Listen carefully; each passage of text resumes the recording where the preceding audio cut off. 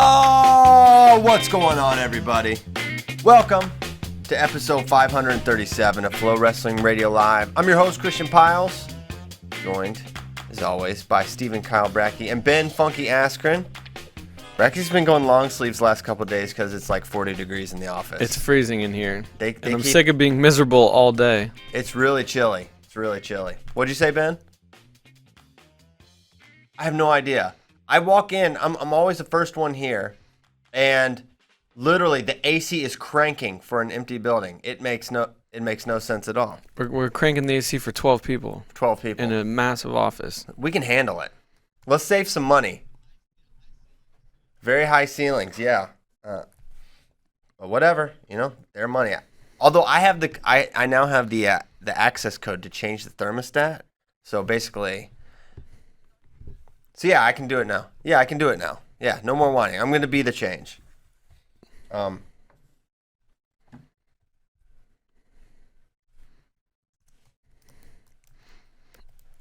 has not been discussed super recently. No, I think basically anyone can come in that wants to. It's just most people are choosing to work remotely.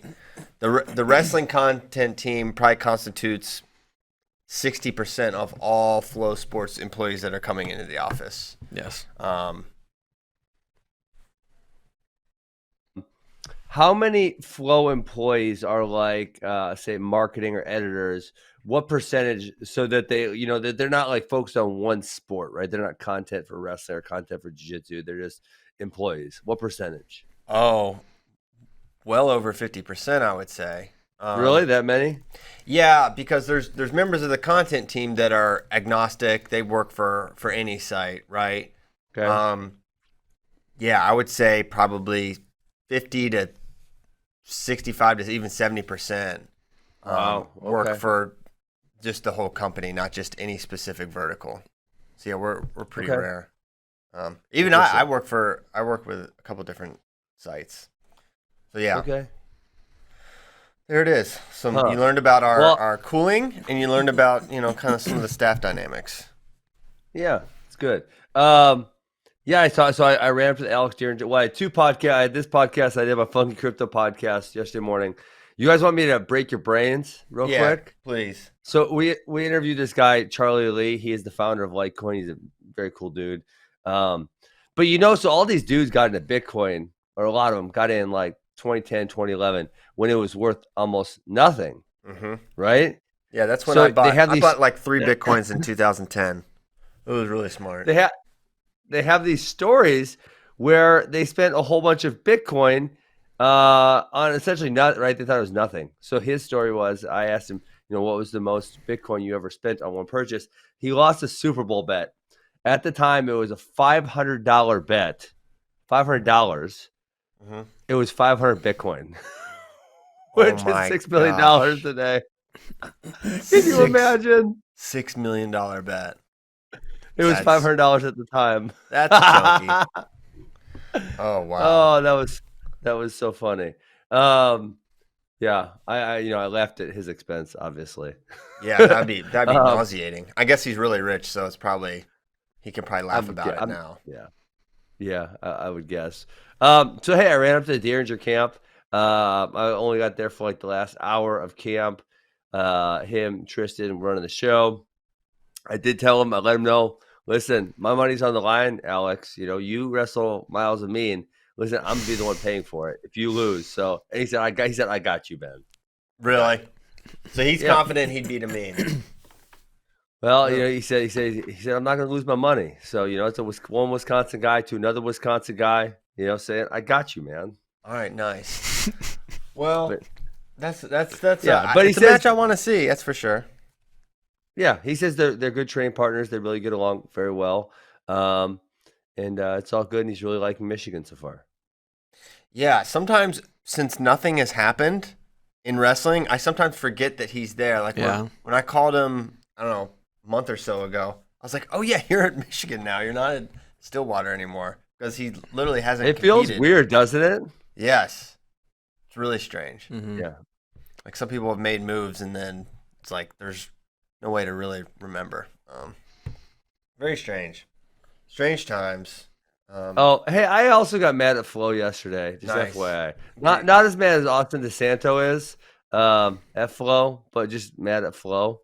So can you guys explain yourselves here? Austin DeSanto's mad at Flo. This is great. He does not like Flo. That was literally from Spencer Lee's mouth. I think Spencer Lee's exact quote when we were sitting down for dinner was, I think Austin hates Flo more than anybody in life. Dang, that's I hardcore. started laughing. That's a lot of hate. Okay, so I got mad. You guys are pumping this effing Russian kid, dude. He's 11 years old. You know how much I hate the prodigy talk or pushing guys when they're young. So I kind of let Joe Kania have it and I don't know why it was him. He happened to be like the 17th person to post about the kid.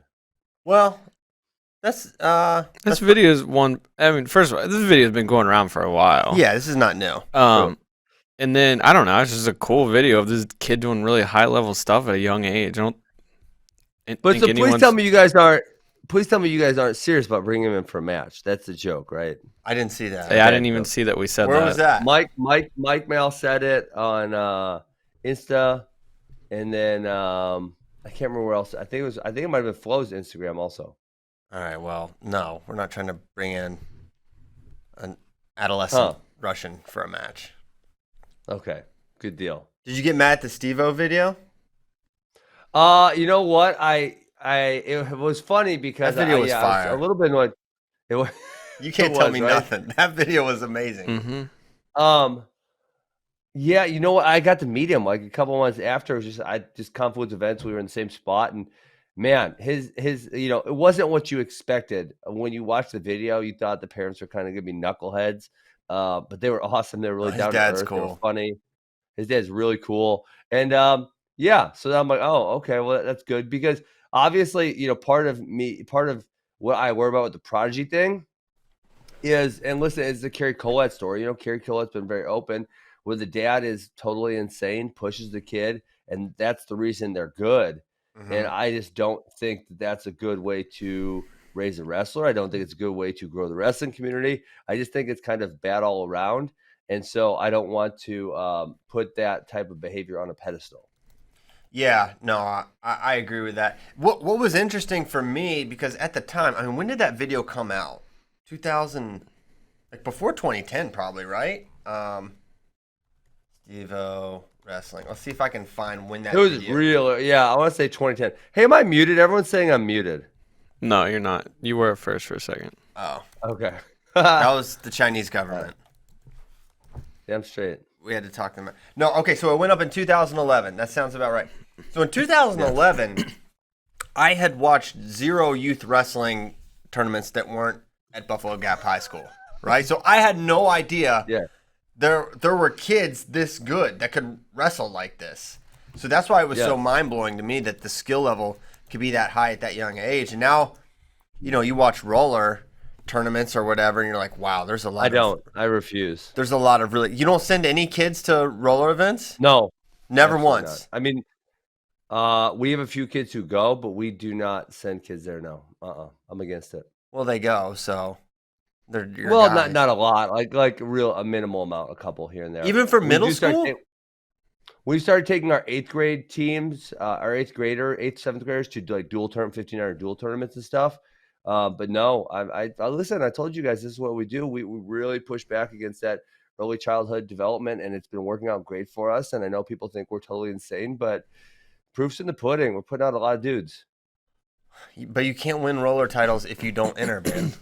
That's how it works. Well, here's the deal. Just like that's true. I don't think what I would have to do to make them win at that age is good for their long-term development. So we just don't do it, and we don't put them in situations where they'll realize that they're coming up a little bit short because it's not their fault. Because we're not trying to make them the best at age 6 or 7 or 8 or 9 because it's stupid. You know what we should have on at some point is you and Sam Herring to discuss this because he has a really interesting perspective. I don't want to discuss it with the child. because he is still only like 13 years old. And man, tell me your perspective on life hasn't changed since the age of 13, right? And he, it's one of those things where he's probably when you can't see the trees because you're in the forest type of thing, or can't see the forest because you're in the trees. And so, I mean, obviously, I've discussed it with a lot of people because everyone hears my perspective and they want to say, yeah, right, you're an idiot. And so, listen, I'm open to people calling me idiots. So I've had this conversation with very many people, and very few of them even have good arguments as to why I'm wrong.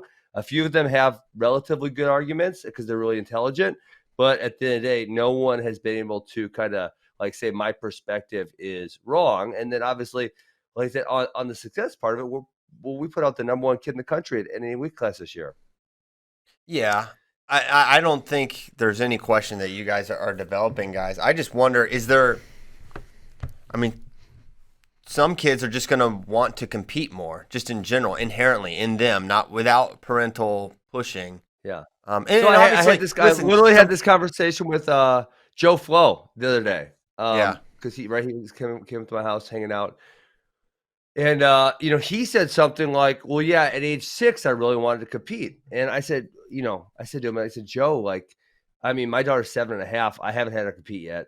And kids are so easily to be influenced by parents. Like I told my daughter that literally right then, I said, watch this. I said, hey, there's this tournament. If you win it, it's right next door. You get a bobblehead. And she's like, really? And she got all excited. Like she wanted to go. Well, listen, she didn't want to compete before I influenced her to want to compete. But when I told her she could win a bobblehead, then she was pumped, right? So it's like, I as an adult can influence the thought process of a 6 and 7-year-old. And a lot of parents do. Do you know how many 4, 5, 6, 7-year-olds want to do nothing better than please their parents? Yeah. So yeah, and even if that parent isn't saying things directly to the kids listen. The kids are halfway smart. They're listening to what the parent's saying. And they will, at that age, and probably even till a few years older, you want to do nothing more than please your parent. I mean, that behavior is very ingrained at that age. And so, when parents say, oh, my kid wants to compete so much at 6, I'm like, well, I don't, right? I don't really think that's totally the truth. I think they're probably influenced heavily by you. Yeah. Here's an example. And I don't know what his rationale is, but Caleb has wanted to compete for a long time. And I've never brought it up with him once, ever. Only discussion we've had is that, no, you're not ready. No, one day you will, but you're not ready yet. Just enjoy that. But he still brings it up all the time. So he knows my perspective is that I don't want him to compete right now. Yet, he's I don't think that's his motivation is to please me. I think he really wants to wrestle. But think about from Caleb's eyes, right? I mean, I would think you've taken him to how many cool events, right? He went on the Final X road trip. You probably talk about wrestling all the time, right? And he sees these guys that you watch, and I'm sure you watch wrestling matches at home at some point, right? And you probably watch matches with him, and he sees these guys, and at this age, you probably, you do a good job of, and this is what some I think parents should do to kids, but like making him look up to a Spencer Lee or a Dayton Fix or these type of guys, right? And so now he sees these guys, and he's like, oh, I want to be like them. Well, I need to go compete, right? And so again, you're kind of influencing his thought process. Yeah. All right. It's my fault anyways. Well, I mean, it's not bad, right? You want to give kids you do want to give these kids the desire to compete. That's for sure. You want to give them the desire to compete. And so, what Caleb's 9 or 10, you probably want to have him start competing at this point a little bit, right? But you don't want to over compete him. And you don't want to make him. So your guys will compete at 9 or 10 years old, but you just won't travel, or you won't go to a necessarily really tough tournament. Yeah, not a lot, right? Well, 5 through 9, we recommend they don't really compete at all. But they don't really listen. Like my daughter's gonna be 8 next year. I'll probably have her do one tournament, is what I'm thinking. And then maybe when she's 9, I'll have her do, I don't know, 2 or 3 or 4. Like not a lot, right? Just a couple. But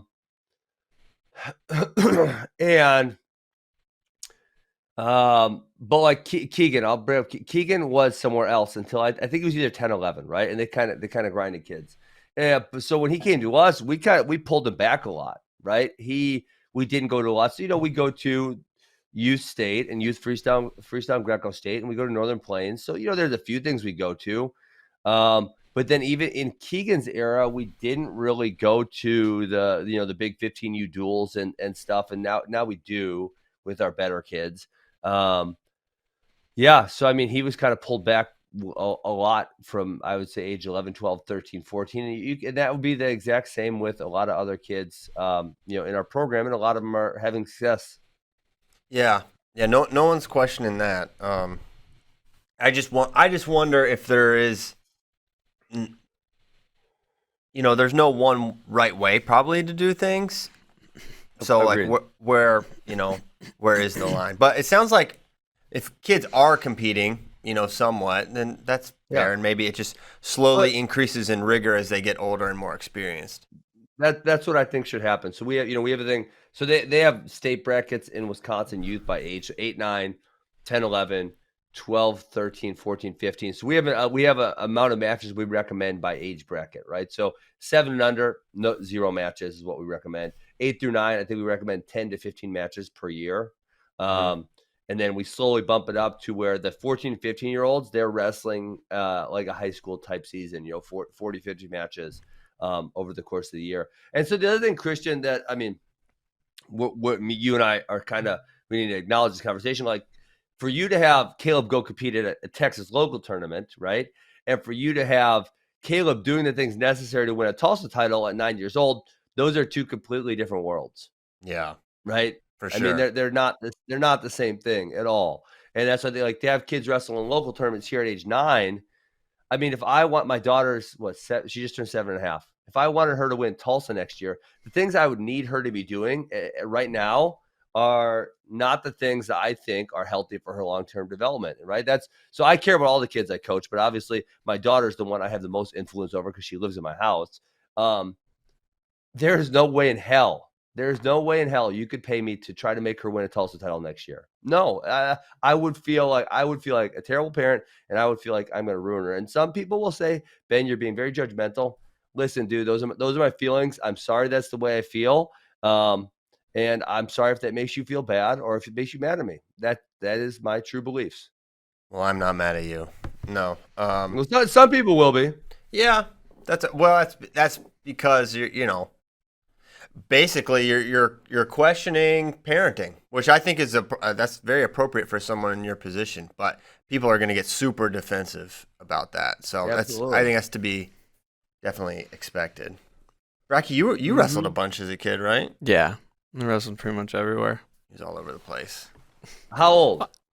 Well, I started wrestling, like doing tournaments and stuff when I was like 5, and then it wasn't like a ton, but there was like a little league our rec team was in, and you did like duels on Friday nights, and then there was like a tournament at the end of the year, and then the state tournament, and then as I got older, it ramped up pretty heavy. But I mean, by the time I was 7, I was wrestling like, I don't know, probably like 50 to 70 matches a year, probably. Wow. He used to wrestle a bunch of really good dudes like all the time. But I enjoyed it. Yeah, we're close to Western PA, so our club would just go up to Western PA all the time. So like all those kids that came out of that area, I hit a bunch. And same with we're right on the border with Ohio, so we would just go up there all the time. But I mean, I really enjoyed it. And I didn't feel like I was being pushed, but I mean, I felt it later in my career. I think I got a little burnt out towards the end for sure.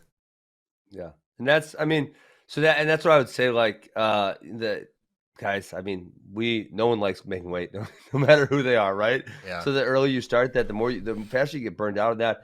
And the other thing is, I'll say, and I've seen some of them, parents who they just get it. They understand how to make a kid enjoy something, right? And they kind of grind them a little too much, but they still have they have a connection. They care about the kid, and they know how to make them enjoy it. And that can turn out relatively well. But it's the one that turns out really negative is where the dad's just a total hard ass and kind of just grinds the kid and shows them, kind of almost no remorse. Like, you're going to do it. You're going to do it. You're going to do it. No talking back. That kind of thing. Usually that blows up by the early teenage years.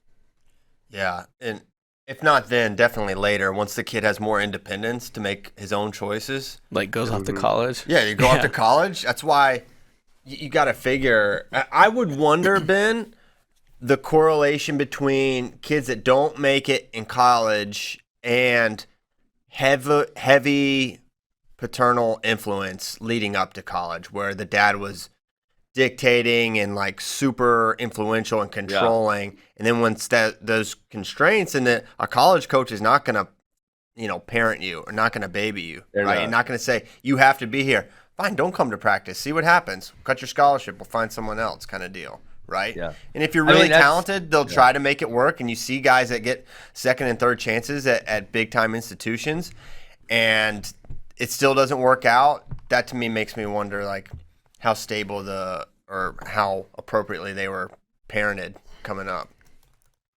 Yeah. And I think it's healthy, but I think like we as parents are having those discussions a little more than were happening 20 years ago. I don't really think those discussions were happening 20 years ago. And so I think it's going to lead in a positive direction. There's no perfect yet. And even us, like, I would say we pushed back too hard early. Right. Mm-hmm. And I've told you guys this before, is like, we had people who were taking our don't compete a little too seriously, even up into, say, 7th, 8th grade. And we had to say, okay, I've had a handful of conversations where I said, listen, he's getting pretty good, but you have to, competing as a skill, you're 7th grade now. I need you to go wrestle 30 matches this year. Mm-hmm. Like, I need you out there competing because you have to figure that piece of it out. I've had that conversation a whole bunch of times. So, we're still refining our process. I said probably within the last 2 years, we've started putting together like a 7th, 8th grade team, which goes and wrestles really good duels. And, we're doing that now. So we're definitely still refining our process. But the more my daughter, ages, and then my second daughter is now going to be 5 years old. And, who knows, maybe it's going to be different with the boy. That's definitely possible because he's pretty insane. But like I said, I can't imagine having Alex do the things that would be necessary to win a Tulsa title at 8 years old. That like makes my brain hurt. Yeah. I definitely completely understand that. You know what I think is interesting, and I think one thing that is a challenge for parents to get around is basically any sport you get your kid in, Little League baseball, soccer, football. There's practices, and then there's games. There's competitions, right? Mm-hmm. It's just tough to change the mindset around practice. I wonder if there's like a way to sort of have competition, like have kind of like, well, you could do it easily because you could just have little duel meets between the kids where, okay, on Saturday mornings, there's a duel. That would maybe make the parents feel like, okay, they're getting to practice and they're getting to put it into practice. Yeah. There's these things, there's a couple in our area, and I don't know how widespread they're nationally, but they do beginners tournaments, and they're pretty cool where the kids have to have, I think, like only 1 or 2 years wrestling experience or something like that.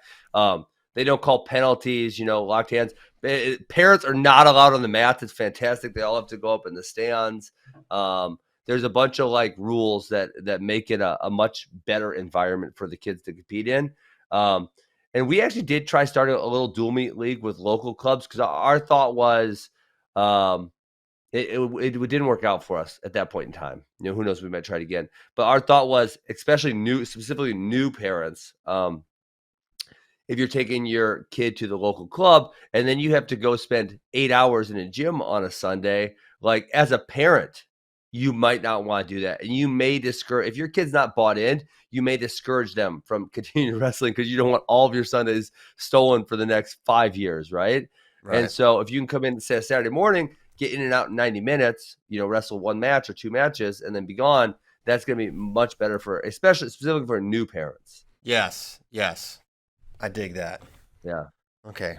We're fixing the problem, Ben. We're making it happen. We're talking about it. Yeah, actually, Colette, as I go to Twitter, Colette is talking about this. Mike Mal asked him a question. What's the biggest difference between the way that you train and the way you train your athletes now? And he said, same way I parent my kids. It doesn't matter where you start. It's where you finish, which is, I think this is what we're talking about. We don't need to win a Tulsa title at 7. one gets to the finish line in a week, another a month, another a year, but we all get to the finish line training, maybe harder early for one, and another we build up into the process. So Yeah. it's definitely relevant because he's probably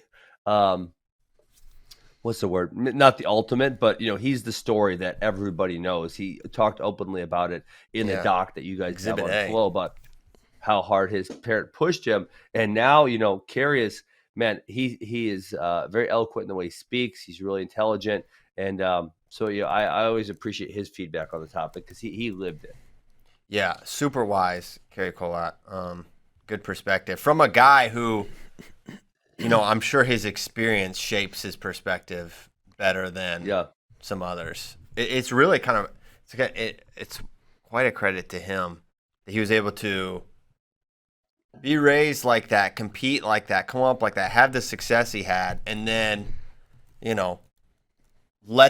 take those lessons and then make it so, use his influence for a completely different direction, for learning kind of the other way, even though this is how probably, bottom line, who knows how good Kerry would or wouldn't have been had he not been raised the way he was, if it not been, had such a, frankly, extreme lifestyle. But even he knows, it's probably not worth it to that degree that he went through it. Speaking of Collat, how about speaking of Kerry Collat? Oh my gosh, pull this tweet up. This is so funny. So he got trolled. The man got trolled. Kevin Dresser is this is, you know what, Twitter, I was mad at you, but I just can't stay mad at you for long because you just give us little nuggets like this. So Coach Collat said, he's trying to talk Navy wrestling, etc. He's got like 30 minutes, and then Dresser asked him a question. Will you be sending your team to the Last Chance Open this season? So funny, right?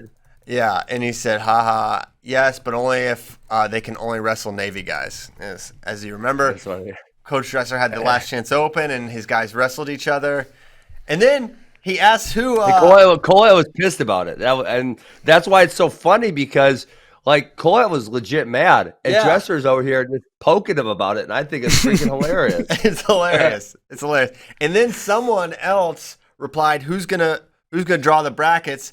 And Dresser just posted a selfie of him and Metcalf on a golf cart. I didn't see that. Hold on, pull it up. Okay, I see. It's closed. It says show replies. Okay, because Reed Monahan. Yes. And oh my god. Dresser is hilarious. Dresser might be my hero now. Yeah, he's funny. Wow, very funny guy. That's funny. Yeah. And then he did say NCAA changed that rules. And then one other guy had a really funny comment and said Cyclone Opens brackets are picked live the day before back at Bingo Night in Christiansburg. All draws are final. Do you know about the Christiansburg Bingo Hall? Ben? No, I thought that was just like a joke that they were saying. No, that's a real that's a real thing. That was like part of how Christiansburg rose to prominence. I think this was Dresser's thing. They had for real? Yes. They had this bingo night and it was huge and it like funded the Christiansburg wrestling program basically. The Christiansburg had like they had like a really charter bus. Oh, they're amazing. They had like a really nice charter bus. They had all this. They were ballers. So yeah, they had this bingo hall. It still exists. They still there's there's a practice area there too. It's a whole thing. Yes. Oh, so there's a workout facility as well. There's a workout facility, a bingo hall. It's got everything you can need. But yeah, that's a very real thing. The Christiansburg bingo hall. Okay, so wait, there's more good questions for Collat. So someone said, how many athletes are on your roster? He said, right now we're at 61. That's got to be the biggest roster in Division I wrestling, correct? That's up there. I mean, I would assume maybe Army had a really big one. Yeah, I would assume as well. Army and Air Force probably have big rosters as well. That's crazy. They likely both don't have roster caps like Navy. Yeah, that's totally wild. I don't know how many they have here. LBS. Looks like looks like 37 on the on Armies. Wow. Well, obviously Northwestern. There's Northwestern's is like 20 or something. But what I was gonna say, Ben, is like there's a what do they call the school before you get into the school? darn it, in Navy. I mean, Coach Engel was it? Prep school. Yeah, so I wonder if they're counting that as well. There's something. Oh, Naval Academy Prep School, right? NAPS. Yeah, you're right. Yeah. Matt. Yeah, something like that. So maybe those are combined because there's like before they get into the school. Yeah. But either way, yeah, that is a monster roster, and they're balling on the recruiting trail right now. What Bracky, you were giving me the rundown yesterday. Yeah, he's doing. Seems like every day last week they were landing someone else. But they have Vincent Santinello, number 58 on the 2021 big board from Jersey. Really going into PA and Jersey here. Multiple Ryan Kaka, Hunter Kaka's little brother. Oh wow. PA State third. Caleb Krebs, PA State third as well. Pennsylvania State fourth, Jay Lucas. And 3-time Arizona State champ, Zach Esplin. He's also a Fargo AA. And then in the class of 2022, they're already off to a good start with Nick Vafiitis. He's at one of the New Kent guys. He's number 35 on the 2022 big board. And then back in Jersey, Evan Talmadge, number 45 on the 2022 big board. So they're rolling. New Kent, stand up. Oh, and Danny Wass, too, from Blair. He's a national prep champ. He's in the class of 2022 as well. So Colette's rolling. That's awesome. And Army's obviously been doing a great job too, so that'll be a fun rivalry to follow. And also the EIWA dynamic's going to be fun. Of course, Cornell looms as the big figure there, but good stuff in Annapolis. I think I didn't get to listen to it yet, but I think Bader said he said something along the lines of he wants to take over the EIWA on the show the other day. With military force. He has military force to do it. He has boats. He's but the so only guy does with boats. Kevin. Well, yeah, Kevin Army might have tanks.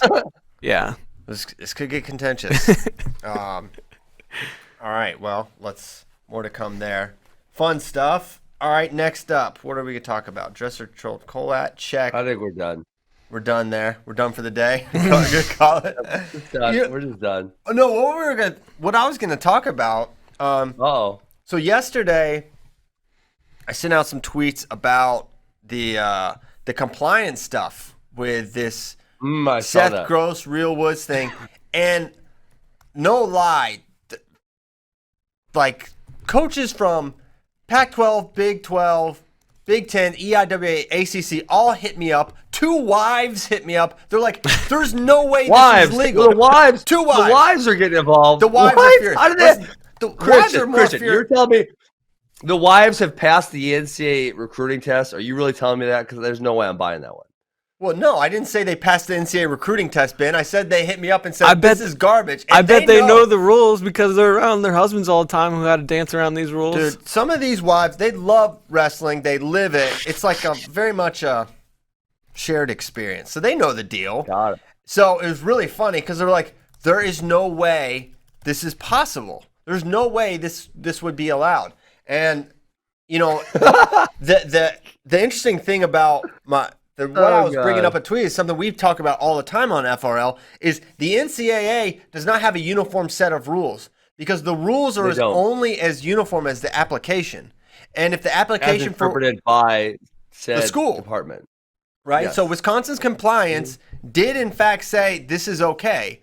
Another school's compliance department called Wisconsin's compliance and was like, yo, how are you doing this? This doesn't make any sense. And they defended it, but apparently the Wisconsin compliance was not able to identify the exemption that was involved. So they gave the approval, but it doesn't seem like anyone understands. Many other schools said that their compliance department would have not been okay with that. Well, my question is this. I'm like, one, would this even be allowed? All right, let's take another school. Let's say, whatever. I'm not even going to name another school because then everyone will be weird about it. But another school, they wanted to do this during the not dead period. Can you do that? Could you say, all right, I want to send Gabe Dean to go practice with Alex Facundo, right, for a week, and it's not the dead period. Could he just go practice with him? If he was paid for a camp, he could do it, right? You could do that then? I don't know. I mean, I don't really know the rules. Like, I have a good idea of what the rules are. I know where to ask the right questions. Let's say that. I feel like if I paid Gabe Dean to come to a camp, he would be able to be in the room with the guys. And if they start wrestling a little bit, I feel like if someone said that it was one-on-one and I paid him to do a camp, then that might have some people might start asking some questions. But again, like you said, the rules are a little bit gray. Well, this didn't seem like it wasn't a camp, from my understanding. It was just straight training. Yeah. Well, I'm saying, but different. What is the definition of a camp, right? Show the kid a few moves and then wrestle with him, right? Wouldn't that be cleared as a camp or no? Only if there's a lunch break. If there's a lunch break, it's definitely camp. But if not, But you see what I'm saying? Like, Yeah. it's gray area. no, it's very gray. It's the trenches. So, yeah, it's interesting because I didn't think, and the most interesting thing about it, or the curious thing, is like, why would anyone know this even happened if it wasn't tweeted? I wouldn't have known. Well, that was what I kind of was like. Oh, he just tweeted that. It's like if you know something, maybe it's approved, but even if it's a little bit gray, like you just want to throw it in everyone's face. Yeah. So a lot of schools, I know other compliance departments have reached out with Wisconsin's like, yo, how did you do this? How is this possible? And I don't know if they're gonna get turned in.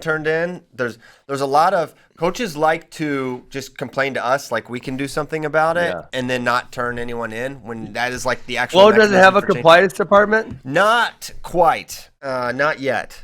We do have HR though, which didn't always exist at Flow. So we're coming up. There's the picture. Who are those two dudes to the left of Woods? Who are those guys? I don't know them. I don't know, but there's Pico, Real Woods, and Seth's next to Real. Well, who are the other guys? I don't know, Ben. I don't know who Well, they are. You're the MMA guy. Let me look closer. I don't recognize these guys. That's why I want to know. I'm very curious as to who they are. I actually tried touching the picture. They were not tagged in the picture. Yeah. So the one guy with the yellow hair, he looks like a jiu-jitsu guy to me. I don't know why he's got the leggings on with the shorts over it. That's like you don't see that in wrestling. Yeah. That's a jiu-jitsu thing. Yeah, probably so. If I had to guess. Mm-hmm. So yeah, it's an interesting thing, and NCAA stuff always is a fun thing to talk about because it's kind of the Wild West, especially in wrestling where it's not policed near as well or as hard as like football or basketball is. Mm-hmm. Yeah. But yeah, what I was saying is the coaches love to complain, but then they don't. Not that I'm saying you should be a snitch, but don't be mad if you don't do anything about it, right? So yeah, we'll see what happens. It's an interesting precedent because if this is true, if I do believe that Wisconsin got approval for this, but if it is true, and assuming that it is, what is stopping every coach from just sending out their stud coaches to go train with whoever, any prospective student athlete, right? Yeah, I mean, yeah. But I thought it was so. It's definitely illegal for when they're on a visit to. Don't they consider it a tryout if the person wrestles with the coach? I don't know. I mean, it could. Well, be there's one very Listen, I've heard a lot of complaints about one very prominent coach who wrestles with guys on their recruiting trips, and a lot of coaches complain that is illegal and he should not be allowed to do that. Yeah. So, I mean, I don't. You heard those same rumors? No, I didn't hear that. What? No. All right, I'll tell you later. I can't. I'm not gonna say it on air. I'm not saying it on air. I'm not asking you. People get too mad about that. People do get mad. That they do. Okay. Hey, do you want to talk about eligibility relief?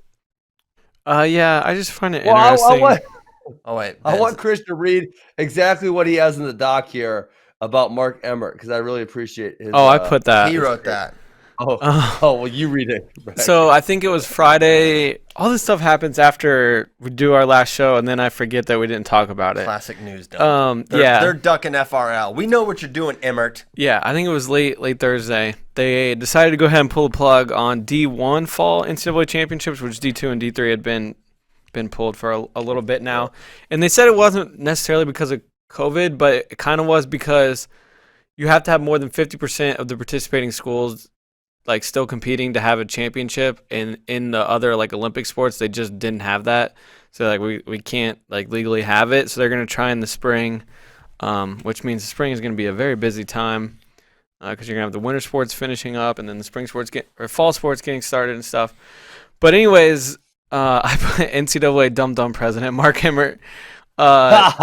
He says he says that the winter spring sports they're going to put a big emphasis on making sure those seasons happen because they didn't have their championship seasons last year, which I do like.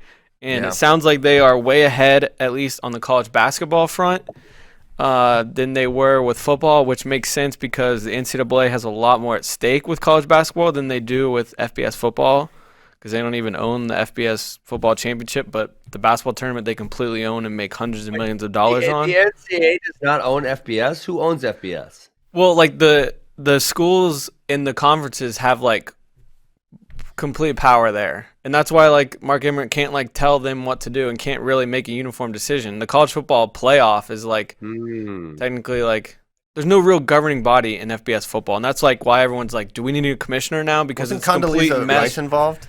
She was in the college football playoff, yes.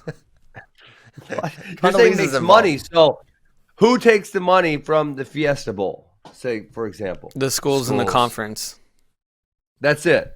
I mean, I'm sure the NCAA probably gets a little cut, but the schools in the conference are taking the majority of that money. Oh, I did not realize that. Wow, okay. But in basketball, they own the tournament and make hundreds of millions of dollars off of it. So they have much more invested in basketball. But it sounds like they have much better plans for spring and winter. So here's the thing.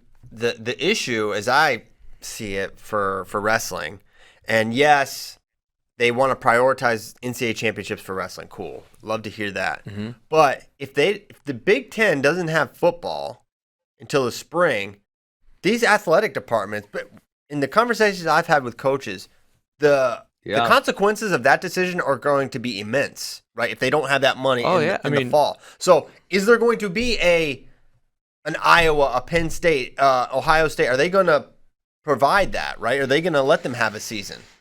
I don't know. I mean, Barry Alvarez, Wisconsin's AD, has already said they're going to lose over $100 million, not having football or like other fall sports. So I don't know. There's so many unknowns.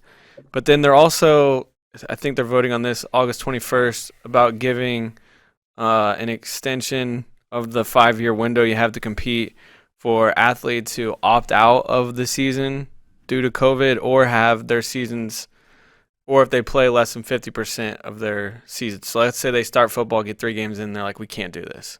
Mm-hmm. So those guys would have eligibility relief, right? Which is interesting. So like now, if you're a wrestler and you know you can get a year back by opting out, do you opt out? Yeah. How many guys are going to opt out this year then? This could be a zombie NCAAs. Zombie. Nick Saban said, because if they try to play football in the spring, like pretty much anyone with a draft grade in like the first 4 or 5 rounds isn't going to play. Yeah. And he's like, what is it going to be, like a JV championship? Like, what? He said that? Saban said that, yeah. Saban don't care. He runs an entire state. He's basically the governor of Alabama. Literally. Yeah, no, he is. Pretty close. Okay, so that's NCAA news. Hopefully it all works out. We'll see. Hey, bad news, sad news. Uh-oh. Get well soon news. Shane Van Ness out of Who's Number One. Broken tibia.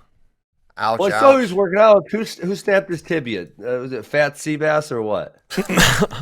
Thick Bass, come on. Thick Bass, come on, man. Did Thick Bass lay on his leg or something? Snapped it? Yeah.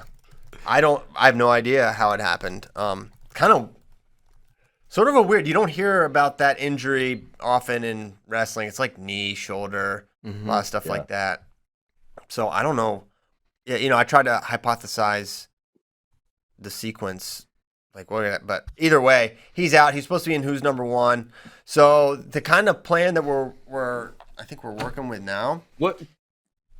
Was he a bracket of 4 or was he one match? Yeah. He was in a bracket of 4. So what we're going to do is we're going to have 4 versus 3, okay? Winner of that wrestles number 2, Mendez. And then hopefully... Vanderveer's number 2. Oh, Vanderveer's number 2. Mendez is 3. Okay. Vanderveer beat Mendez at Super 32. Got it. So it'll be Williams versus Jesse Mendez. Winner of that gets Joel Vanderveer. Okay. Winner of that group of 3, hopefully down the line, will wrestle Shane Van Ness at some point at some event of ours or something. So that is the plan. Cool. Hopefully we can make it happen. I really wanted to watch Shane wrestle again. He is, man, as far as prospects go, he is something else because he's got the motor. He's got a really diverse arsenal, goes hard in the paint. Seems like a really good kid. So hope he heals quickly and is back on the mat soon, whether it's against this group of 3 winner or not. Just want to see him back wrestling. Okay, and some good news from Bracky. Britney Spears is fighting back? She's fighting back, dude. Damn She wants her dad gone as out of the picture. The conservator person. She's had this other guy, Jody Montgomery. Sounds fake. Been helping out as the temporary conservator, but for about a year now. But she wants her dad completely gone because he's been managing her estate exclusively. Like he's the only one that can make business decisions, can tell her when to perform. Like she doesn't want to do her Las Vegas thing anymore. She has a show in Las Vegas. I don't blame her. And he's place. trying to make her do this, and she's like, I don't want to do it anymore. So she's fighting back, but she's got Britney Spears is a court-appointed attorney. Like, what's going on here? She's got a she's got a public defender. Yeah, she's got a public defender, Joe Schmo from the streets. She didn't hit me, baby, one more time, and she's got a public defender. Yeah, because like I said, her dad doesn't let her get a good attorney because he controls that. Kyle's favorite singer was Britney Spears. I guess it makes sense. Your boy had a crush. 8th grade, Britney Spears. Oh boy, had me sweating. Yeah, she's falling on her glow up was not a she's been on the wrong trajectory. It's very sad. But I'm glad she's fighting back. It's really weird that this is. What does she want? She don't want to perform anymore. What else is she gonna do? Sell candles? Put videos on Instagram? Put videos about burning her gym to the ground? That was an accident. Total accident. Her burning her gym to the ground because of having excessive, was it candles? Yeah, she knocked a candle over, I think. She knocked a candle over? Yeah. So she knocked a candle over. Christian, it happens. Listen, so hold on. Let's think about this. She knocked down a candle, and then what did the candle hit? Listen, I've seen things get lit on fire. Yeah, but did she have gasoline lying around? Did she have a bunch of firewood? How did she accidentally burn down her gym from knocking down a candle? I think I'm leaning towards she should not be in control of things if she cannot prevent. She said, "Hi guys, I'm in my gym right now. I haven't been in here for 6 months because I burnt down my gym. Unfortunately, I had 2 candles, and one thing led to another, and I burned it down." 2 candles. One thing led to another. One thing leads to another sometimes, Christian. Jeez. Ben, you're quite the Britney truther yourself, it seems. Well, I do love burning stuff down. Oh yeah, I guess so. Mostly in the outdoors, right? Outside. I don't burn anything inside down. Yeah, that's the big distinction between you and Britney. This quote: "I walked past the door to the gym in flames. Boom! By the grace of God, the alarm went off. After that, and yippee, hoorah! Nobody got hurt." She is out of her full mind. She should not be in charge of anything. She's fine. She's fine. She wrote yippee hoorah. No one got hurt. Yeah, you would say yippee hoorah if your gym burnt down and no one got hurt too. Hoorah. No one has ever said no yippee one hoorah. got hurt. Yippee hoorah. We're going to have to start saying that now. Yippee hoorah. Guys, we need to stop the show because. Oh, wait. Tristan Brand's locked out again? Can't get the lights on? No, I think he's good. I don't think Tristan's got any problems. It is 904. There's political arguments started in our Facebook chat. No, even in the FRL, we haven't even brought anything up political yet, Christian. Yeah. And there are people arguing. They started on their own. Yeah, we didn't do this. Guys, stop it. Argue about wrestling. That's it. I'm Wow. surprised you're telling them to argue about wrestling. You said talking politics was fun the other day. Well, it is, but I don't get into the Corona stuff because, man, people are so politically divided. I mean, listen, I put up a lowest day in 6 weeks, and people get effing mad at me. Like I literally think maybe they want it to keep going so it sways the elections. Or I don't know what they're thinking. Hey, I just said great that there's less coronavirus. I thought that was a good thing, not a bad thing. There are people that are weirdly excited about how terrible it is, and Yes, really it's want really you bizarre. to believe it is worse than just what the straight numbers say. Whatever Yeah. the little scientific interpretation for the CDC or whatever literature comes out, they are mad that it's not as bad. It is strange. That's something I've noticed too. Yes, a good reason. It's so weird, isn't it? Very strange. People are so mad. Yeah, but we're not going to stop the show. We are. What about maybe we could threaten them with shutting off the chat if they keep it up. All right. we'll shut off the chat, and then you guys will be so screwed because there's literally nowhere else you can have political debate on the internet other than the FloWrestling Radio Live Facebook chat.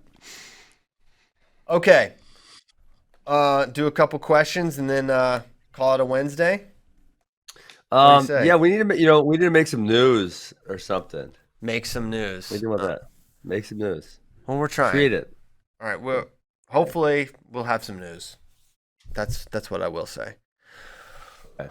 What do you believe the prime/peak age is for wrestlers? UFC tends to lean older on average, where football is younger. With wrestling evolving, do you see more younger guys making World Olympic teams than older graduates in the past? Hashtag FRL questions. That's from Matt. Yeah, I mean, I did this thing. Remember I did that. It was very amateur statistical analysis, but people were making NCAA teams most likely right after college. There were very few guys who had better performances later, but now we are probably for the first time in a really long period, we're seeing guys stick around way later. I think we talked about this with David Taylor, Jordan Burroughs, Kyle Dake. We are having a group of guys stick around for quite a while, and it's great for American wrestling. Yeah, another thing I was thinking about we're talking about the 2008 Olympic team. Like how many of those guys basically got out of wrestling, got out of competing, and went to MMA. Yeah. And then you look at just like the 2012 Olympic team, and I think all those guys in 12 stayed in the sport of wrestling, right? Either coaching or continued to compete afterwards. And I think similar for 2016. So in such a little bit of time. But that's not really the question. I just think that's an observation. The prime peak age, I believe Nomad or someone did the study, but it's like 22, 23 for like world championships. Is like I think Burroughs even has talked about this a lot. Like the average age of world champions was like under 25. Yeah. And Burroughs was winning it at like 28, 29, 30-ish. Yeah, he always says he's in a young man's game. Yeah. But he's still winning. He's right about that. But it's interesting. A lot of the guys that make the teams do make it right out of college, many of them. But then since then, we've seen them, a lot of them, like Jordan Burroughs made it right out of college and just never relented the spot, right? Same for Kyle Snyder made it in college. Jaden Cox made it in college. There's three of our spots. Gilman, after not winning NCAAs, won world silver right out of college. That's his best international performance. I think Zane made it in college. Yes. Mm-hmm. Yes. So they're definitely earlier. I mean, I think they can retain their performance for a while, especially when, it's wrestling in a lot of ways is like riding a bicycle. Once you learn how to do things at a really high level, it's hard to forget them, right? It's hard to not do them well anymore. And so we see these guys being able to continue to be successful for a while, and now they're having the financial backing to want to also do so. So, but like if you said Jordan Burroughs is going to stick around until he's 38, dude, I don't. Maybe he's going to break my brain, but I sure don't think so. That seems like there's just no way. I think the physical and the strategic iterations of versions of yourself have to change a lot of different times for you to have success for that long, right? Because Jordan Burroughs in 2011, and he's done that. And I think that's why he's so special, right? It's because he's had to evolve through different rule sets and then evolve through his body's physical capacity changing, right? And he's still, one of the best in the world. And that's really, really tough to do. And he is probably a guy that you would say is not going to, I bet in 2011, 12, 13, you're like, he's not going to age well because once he leaves his physical prime, I think the common maybe low-hanging fruit was he's so physically reliant that once that goes, he's not going to be the same, but he's just cut different. And I think that is proven itself out as he's remained towards the top first since 2011, right? With a very different style. Trying to think of other guys like that. I mean, how many guys have went till their 30s and been the guy in America? You can't think of almost anybody. I mean, Joe Williams was making teams for a while there, and I don't know how old. Getting close to 30, right? But I would guess, winning a lot of medals and at the level he is really rare. I mean, even just at the international stage, how many guys are?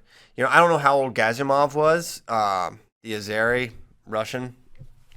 Well, we don't really know with these Russians because we know that maybe their correct age is not what they say it is. Right, but that's like almost a case like Gazimov looked old. He was super bald and just looked like an old dude. And he was like, he made the world. He won a medal or was in a medal match like every year for years until he retired. Yeah, he was right there to beat Snyder. He beat Snyder, and then Snyder beat him at the Olympics by like a point or criteria.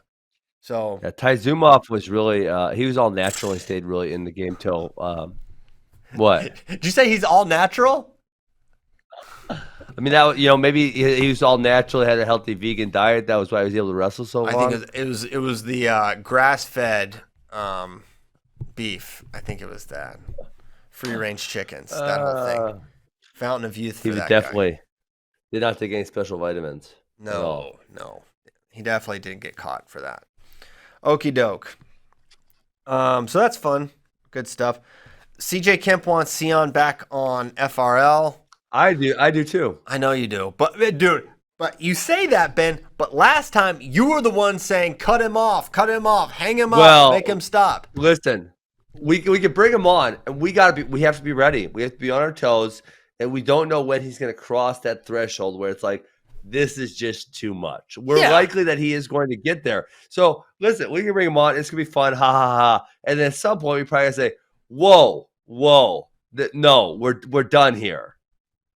Yes. I really need. I don't think Tyler, our current producer, was the producer of that one. I think the last one just wanted to watch the world burn. Wanted to see how much destruction Sion could wage on the wrestling community. It was a truly sick mind. No, it was made for great radio, but I really hated it.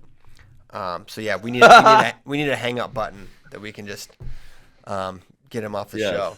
Cut him.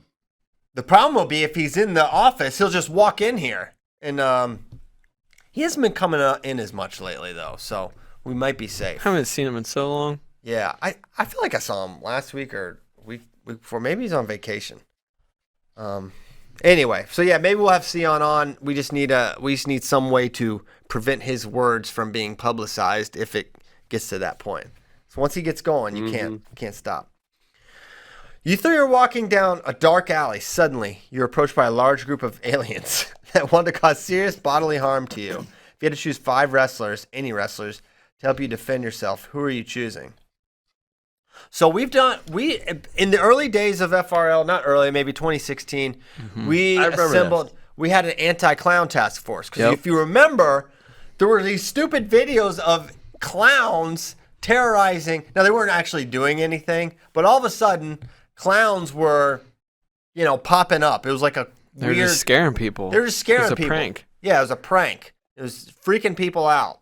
It was probably just like grassroots marketing for the new It movie. Who knows? We'll never know for sure. But anyway, so we were figuring out who was going to be on our anti-clown task force. So we were coming up with some with a variety of wrestlers that would help us neutralize these clown threats. So this is similar. Pat Downey was involved. I had NATO, I believe. I don't want tough guys here. I want smart guys. because the aliens will probably have some supernatural powers, and so we're gonna need to think of some very unique ways to defeat the aliens. We're not just gonna fist fight them. All right, Listen, they didn't come from millions of miles away to fist fight. Yeah, they didn't come here. Okay, that's fair. All right, so I think we'll get Dake and Burrows right out the gate because they're gonna bring some diverse thought.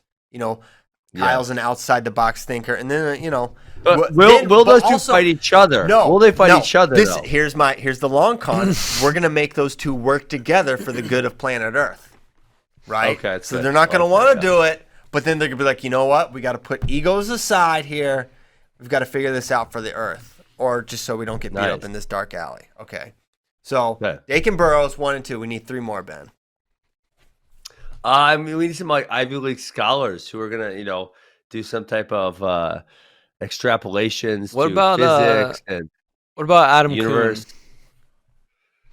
Oh yeah, that's who we need. Let's just have him. Adam Kuhn. They'll figure it out. He's an astronaut. He's an aspiring astronaut. He's a Michigan man. That's 2 for 2. That's big. He's also, not that we're trying to intimidate anyone. He's as big as a refrigerator. He's very tall. He's very large. He's an intimidating individual. Yeah. Okay. You can just throw him. If he gets his hands locked, if he can get his hands locked around the alien, it's gonna be trouble because he's gonna put him in the Adam Kuhn tornado. Okay. So that's 3. We solved it. We're just those 3. All right. Yeah. Adam Kuhn, Burrows, and Dake. And then we're there. We're going to be helpful. Yeah. We're going to be involved. We can think. We're not useless. Ben Askren's smart. I'm a freak athlete. Bracky will be the best athlete in the bunch. Burrows, Dake will probably come to him for athletic advice. And then I'm there. Just try not to make them mad. Okay, so we figured that out. Good question. Next. I don't think Yanni. Someone said Yanni's an Ivy League guy, but I don't think Yanni's interested. He's only interested in wrestling. He's not gonna know how to talk to the aliens. I think he is smart, but he really loves wrestling a lot. Adam Rush brought up a great point. You need to have alien wrestlers. Oh, like Jaden Cox. Yeah. If the aliens can get mad at Jaden Cox, we're screwed. I don't know how you get mad at Jaden Cox. If you don't say, all right, this guy's great. What? We'll say, Jaden, bring your guitar. Okay, have a couple numbers ready. Show him some of your best wrestling moves you made up that no one else can even do. So yeah, Jaden needs to be on there. And also, he's another big, strong dude too. So now we've got 2 pretty big, strong dudes. All right, so we're getting closer. We're getting closer. All right. Not Gilman. Gilman will incite violence. Gilman. Yeah, we can't. Thomas, I think you're zapped by something that just incinerates us or something. Yeah, like that. You're like, oh, these guys gone. Okay, so I was going off about basically everyone was the unwritten rules of baseball. I don't know about these. Okay, Kyle, tee it up. All right, so you don't know about any of the unwritten rules, Ben? I mean, it's been a long time since like you don't celebrate or something, right? Yeah, that's that's a big one. Like no bat flipping, no like pimping out these home runs that you hit, stuff like that. Anyways, it's just all this BS etiquette that all these old people like came up with. But the other night, Padres are up like 7 runs on the Rangers in the 8th inning, and the bases loaded. It's a 3-0 count for one of the best young players in the league. Fernando Tatis Jr. And instead of just taking the pitch, whether it's a strike or a ball, he just blasts a grand slam. So they go up 11 runs. And the Rangers coach after the game said he wasn't a big fan of it and that he's supposed to take a pitch right there. He's not supposed to swing. And what? Yeah. Yes, I swear. Yes. What do you mean? You're not supposed to play baseball when you're playing baseball? Literally, he's not supposed to swing.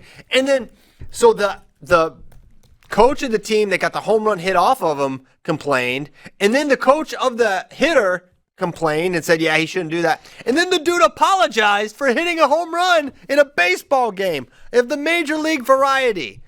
Can you believe this, Ben? Ben, this all happened. This is hurting my brain. Are you guys sure you're telling the story correctly? No, This is exactly what happened. So this is the quote from The Rangers. guy hit a home run in a baseball game, and he apologized for it. Yes, because he was like, next time I'll take the pitch. Because his manager was like, we gave him the sign to take the pitch. And he's like, he missed it. But why are you telling him to take... But you're a baseball player. You're supposed to hit the ball. Right. You have a bat for a reason. You're not just supposed to stand there with it on your shoulder. So the Rangers manager said, I think there's a lot of unwritten rules that are constantly being challenged in today's game. I didn't like it personally. You're up by 7 in the 8th inning. It's typically not a good time to swing 3-0. It's kind of the way we were all raised in the game. But like I said, the norms are being challenged on a daily basis. So just because I don't like it doesn't mean that it's right. is like the stupidest thing I've ever heard. Like trying not to do good at a sport. I don't even know what to say about that. That's absurd. I mean, it's the major leagues. I don't understand it. I would. And then the guy that hit the home run. Can you guys imagine in wrestling where they would say, like Tom Brand said, "Listen, I'm sorry. You know, I told DeSanto not to finish off the tech fall, and he wouldn't listen. He got 2 more takedowns. You know, I know he's already up by 11 in the 3rd period. We're gonna have a talk with him. Like what? Yeah, makes no sense. This all happened. Stopped trying. Like Terry Browns would say, I can't stand that his effort wasn't good, that he didn't try hard enough to finish the match strong. It would be like the exact opposite. Yes. That's why wrestling's awesome and baseball is so lame. So the guy that hit the home run said, I've been in this game since I was a kid. I know a lot of unwritten rules. I was kind of lost on this. Those experiences you have to learn. Probably next time I'll take a pitch. So he's actually, next time he won't hit the grand slam. Next time he will not swing at a clear strike down the middle. Like what? And then the Rangers, so after he hits the grand slam, the very next pitch, the Rangers threw at the next batter for the Padres. Just being total cowards. My God. It sounds like poor sports. Yeah. Bunch of whiners. They're so lame. Yesterday, the Padres player that hit that grand slam, he stole third on this pitcher that was they were up like 6. They were up like 6 in the 6th inning, and he stole third from this pitcher that just like wasn't paying attention on the mound. So, but there were a lot of pitchers in baseball being like, "Yo, this is stupid. Like, if we throw it right down the middle, you should swing. This is what we're trying to get rid of in baseball." That's what you should do. Like, I can't even understand the logic. I mean, I could understand a few of the things I kind of remember from the baseball etiquette, right? But like that one, I can't even understand the logic behind it. It's like it's hurting my head. Yeah, really dumb. So anyway, someone asked what are some of the unwritten rules of wrestling. Fortunately, none of them involve not scoring on guys, which is nice. Yeah, none of them. That's good. That's why we have the tech fall. That's why we have the pinfall. The match can be ended. I don't know. I mean, there's sort of an unwritten thing about celebration for sure and showboating afterwards. Yeah. Yeah, and you know I hate that rule. It's not even a rule. It's not a rule. Don't make me start going off on that. Yeah. Okay. We won't. You bowed. I remember that. That was pretty cool. Yeah. So predictable. Well, if I had any dance moves, I would have danced, and then I would have got booed for dancing because that is an unacceptable celebratory thing in wrestling. Wait, did you say the bow was predictable? Well, I mean, people have done it before. I wasn't the only one. Yes, you did not invent the bow. That is true. But I haven't seen anyone after winning a wrestling match bow. Really? I think someone else has done it. I'd have to think about who. I mean, Japanese wrestlers bow. But that's just like part of their. Oh man, are you sure, Christian? Yeah, I think they bow. In jiu-jitsu, they'll bow to the they'll do judges before. I'm pretty sure they do, right? Yeah. As they walk. They come on the mat, and then I think they bow. But you were doing it, and like I just did this.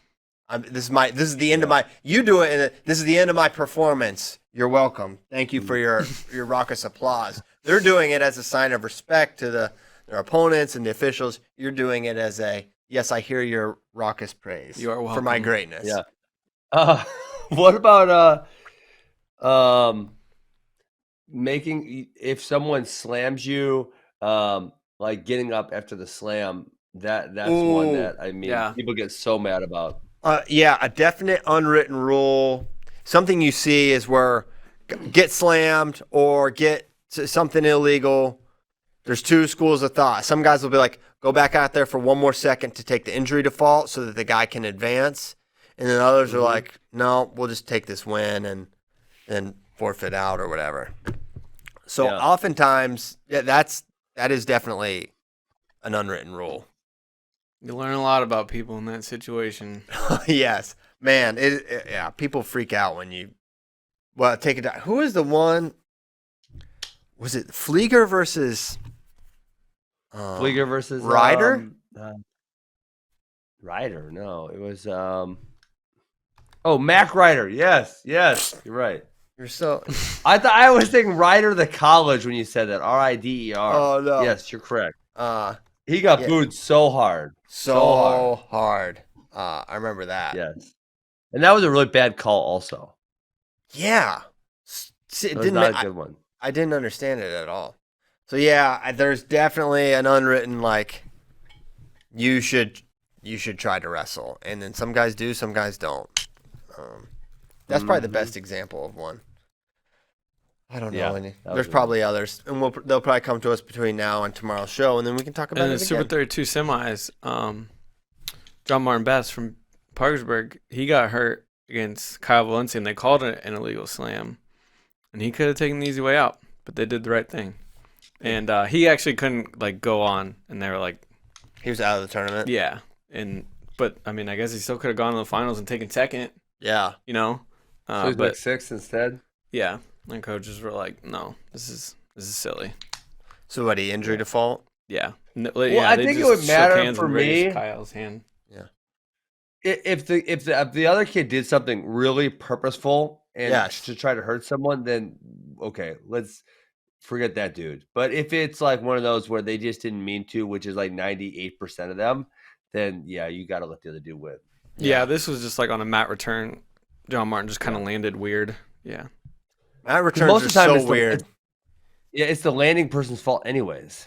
It's your fault if you don't land right most of the time. Yeah, like the Luan Pfeiffer double leg. Remember that? Or was it? Yes. That was crazy. It was a very... Who? At Big Tens, Will Luan, Bo Pfeiffer, their beautiful double. Oh, yeah. He planted him on his side, and they called it an illegal slam, and I really had a problem with it. I thought it was ridiculous. You should. I mean, the Penn State corner was out on the mat. It's a double leg. Yeah. Yeah. I didn't like how the Penn State corner was like literally out on the mat before they called anything. Yeah. Yeah. It did look. I mean, it's a tough spot, but anyway. I don't think it is that tough spot. It's a college wrestling. It's a Big Ten wrestling tournament. Also, when guys are like trying to dive roll under on double legs and single legs and stuff, like weird things can happen. And I get the weird thing is like they say if you pick a guy up, you are responsible for his safe return, etc. But I don't think that maybe Pee Wee wrestling. But by the time we get to college, you're gonna figure out how to land, son. Yeah. A couple good examples from Facebook chat. Bobby Douglas, remember Mako told the story about him running across the mat? Yes. Be like, no, we're not doing this. He was getting ready to get called for an illegal move, or did, and the kid could have laid down. Mako is kind of dirty there a little bit. I mean, that's how Steve Mako rolled. You know, he's a little nasty. Yeah. But that was one where he kicked a man. He did kick a man. He did. And then Noah Adams actually lost out on a chance to be a 4-time state champ because the kid laid down at the state tournament. What? Yeah. Oh, geez, West Virginia. He got called for an illegal slam, and the kids. They're calling slams in West Virginia? Yeah. Boy, that's just good wrestling. I know. Come on now. Especially in Coal City. Double dang. All right. Do another question, and then we can go. This would be really hard. I'm not going to do that. Oh, I'm curious if you know anything about this, Ben. What does Cornell partnering up with Joe DeCina's Spartan race have on Cornell RTC and overall impact on RTC's partnering with outside organizations going forward? I actually did the Spartan Up podcast on Monday. Oh, really? Yeah. All I don't know when it airs. We taped it on Monday. And I congratulated him on that. And I didn't, I didn't really ask like the ins and outs of it. And he was interviewing me, I wasn't interviewing him. Oh, okay. So I didn't want to grill him on his involvement with the Cornell RTC. Okay. Yeah. Well, I didn't know how big Spartan race was. I've never done obstacle course racing. Well, like David Bray, he's like done them. He's like, dude, this is like a really big deal. This guy was fired up. Yeah. He's like, this dude was on the Rogan show like a week ago or something like that, which that's pretty telling of the level of prestige. Although, of course, we are sitting here with another man that's been on the Joe Rogan Experience, which is now coming to Austin, Texas. So you got to get on there again. Yeah. You can do it FRL and Rogan same week. I'm looking. I don't see my episode up, so maybe it's just not ready yet or something. I don't know. Okay. Maybe he's post producing or something. Yeah, it was a lot of fun. Well, I think it's a good thing. I think it's a smart thing. I think, Cornell's kind of always on the cutting edge of thinking outside the box, and I think it's smart, a smart partnership for sure. So good job by the Big Red. All right. Well, that's it. It's Wednesday. That's it. We really did it. Great show. Thank you, Ben. Thank you guys so much for listening. This was very fun. We'll be back tomorrow, come heck or high water, for episode 538 for Kyle Brackey, Ben Askren. I'm Christian Piles. Have a good Wednesday. See you Thursday. Goodbye.